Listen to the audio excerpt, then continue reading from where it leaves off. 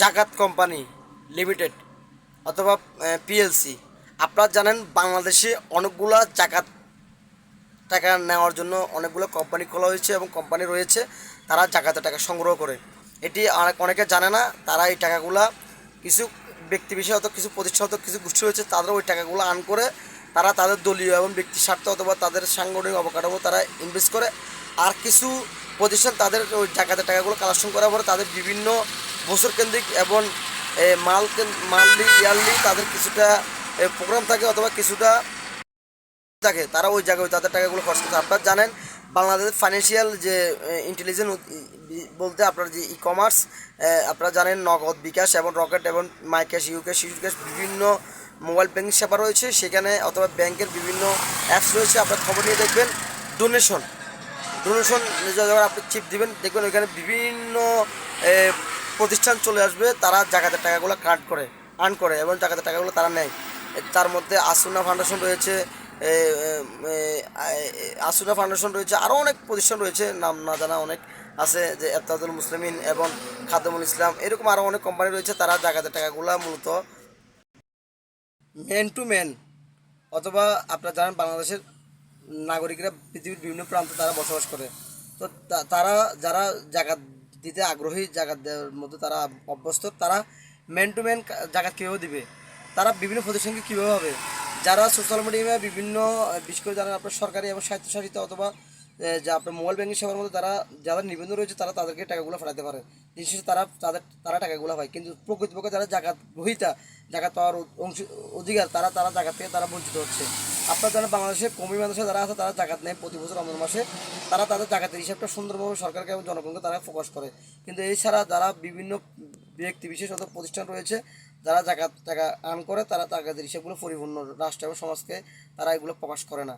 তো আমি বলবো সরকারের জাকাত যে ফান্ড আছে সরকারও জাকাত গ্রহণ করে।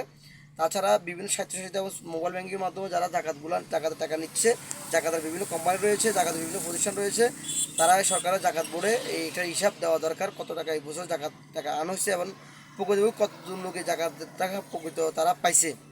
হ্যাঁ, তো আমি বলবো পরিশেষে জাকাতের এখন অনেকগুলো কোম্পানি হয়ে গেছে সারা বাংলাদেশে, তারা জাকাতের টাকা আর্ন করতেছে। এবং জানেন আপনার প্রতি বছর বাংলাদেশ থেকে বিভিন্ন প্রতিষ্ঠান থেকে অথবা বিভিন্ন ব্যক্তি বিশেষ অথবা বিভিন্ন মাদ্রাসা থেকে বাংলাদেশে বিশেষ করে সৌদি আরব অথবা সংযুক্ত আরব আমিরাত বিভিন্ন দেশে দুবাই যায়, তারা জাকাতের টাকা কালেকশন করে। পরিশেষে দেখা যায় ওই টাকাগুলোকে প্রকৃতপক্ষে ওই টাকাগুলো তাদের ফান্ডকে ঢুকে কিনে অথবা বিভিন্ন শুনেছি পত্রিকা এবং সোশ্যাল মিডিয়ার মাধ্যমে বিভিন্ন ব্যক্তি তারা প্রতি বছর এই জায়গাতে টাকা তুলে তারা টাকাগুলো আত্মসাৎ করতেছে। আর তাছাড়া বিভিন্ন যে মোবাইল ব্যাংকের মাধ্যমে যে বিভিন্ন কোম্পানি রয়েছে ডোনেশনের, তারাও জাকাতের টাকাগুলো আর্ন করতেছে, কিন্তু দিন শেষে জাকাতের প্রকৃতপক্ষ কি জাকাত তারা পাচ্ছে কিনা। আর বিভিন্ন ব্যক্তি গোষ্ঠীর রাজনৈতিক দলেরও তারা জাকাতের টাকা তুলে তাদের দলীয় কর্মকাণ্ড এগুলো ব্যয় করে।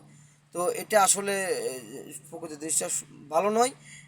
জাকাতের জাকাত যদি পরিপূর্ণভাবে আমরা জাকাত দিই এবং জাকাত যারা গ্রহীত তারা জাকাত পাই, তাহলে দেখবেন এই দেশে ক্ষুধার দারিদ্রের মধ্যে এবং অসহায় এবং গরিব অসহায় লোক খুবই কমে যাবে। তারা এবং মানুষ যে সুদের যে পরিহাস ঋণগ্রস্ত তারা আর ঋণ গ্রহীত থেকে ঋণ নিবে না, তারা জাকাতের টাকা দিয়ে তাদের জীবন জীবিকা এবং বিভিন্ন ব্যবসা প্রতিষ্ঠান গ্রহণ করবে। আপনারা জানেন আসুনা ফাউন্ডেশন বাংলাদেশে জাকাতের টাকা কালেকশন করে, তারা অনেক অটো পেজ মাধ্যমে অথবা বিভিন্ন ডোনেশন মাধ্যমে তারা অনেক কর্মসংস্থান সৃষ্টি করছে, অনেক কর্মসংস্থান করে দিয়েছে, অনেক ঘরবাড়ি করে দিয়েছে, অনেক সিলে মেশিন দিচ্ছে, গবাদি এই যে কোরবানির যে গরু প্রত্যেক তারা গরু কোরবানির জন্য মানুষকে গরু বস্তু দিচ্ছে। তো এদেশে আসলে দিন শেষে পরিশেষে ব্যক্তি বিশেষ প্রতিষ্ঠান অথবা গোষ্ঠী তারা তাদের যে মানুষের থেকে বিভিন্ন আবেগের খাতিরে অথবা মানুষের তাদের দানের উৎস হয়ে বিভিন্ন জায়গায় দিচ্ছে। পরিশেষে তাদের টাকাগুলো যারা পাওয়ার কথা তারা কি পাচ্ছে কিনা না বিভিন্ন ব্যক্তি বিশেষ প্রতিষ্ঠান তারা এটা আত্মসাৎ করতেছে, সেটা সরকারের জাকাত বোর্ড এটা দেখা দরকার। ইভেন মোবাইল ব্যাংকের মাধ্যমে পৃথিবীর বিভিন্ন প্রান্ত থেকে যে টাকাগুলো আসে ওই টাকাগুলো বিভিন্ন প্রতিষ্ঠান গ্রহণ করতেছে, তারা তাদের টাকাগুলো তারা প্রকৃতপক্ষে দিচ্ছে কিনা সেটাও অবজার্ভ করা দরকার।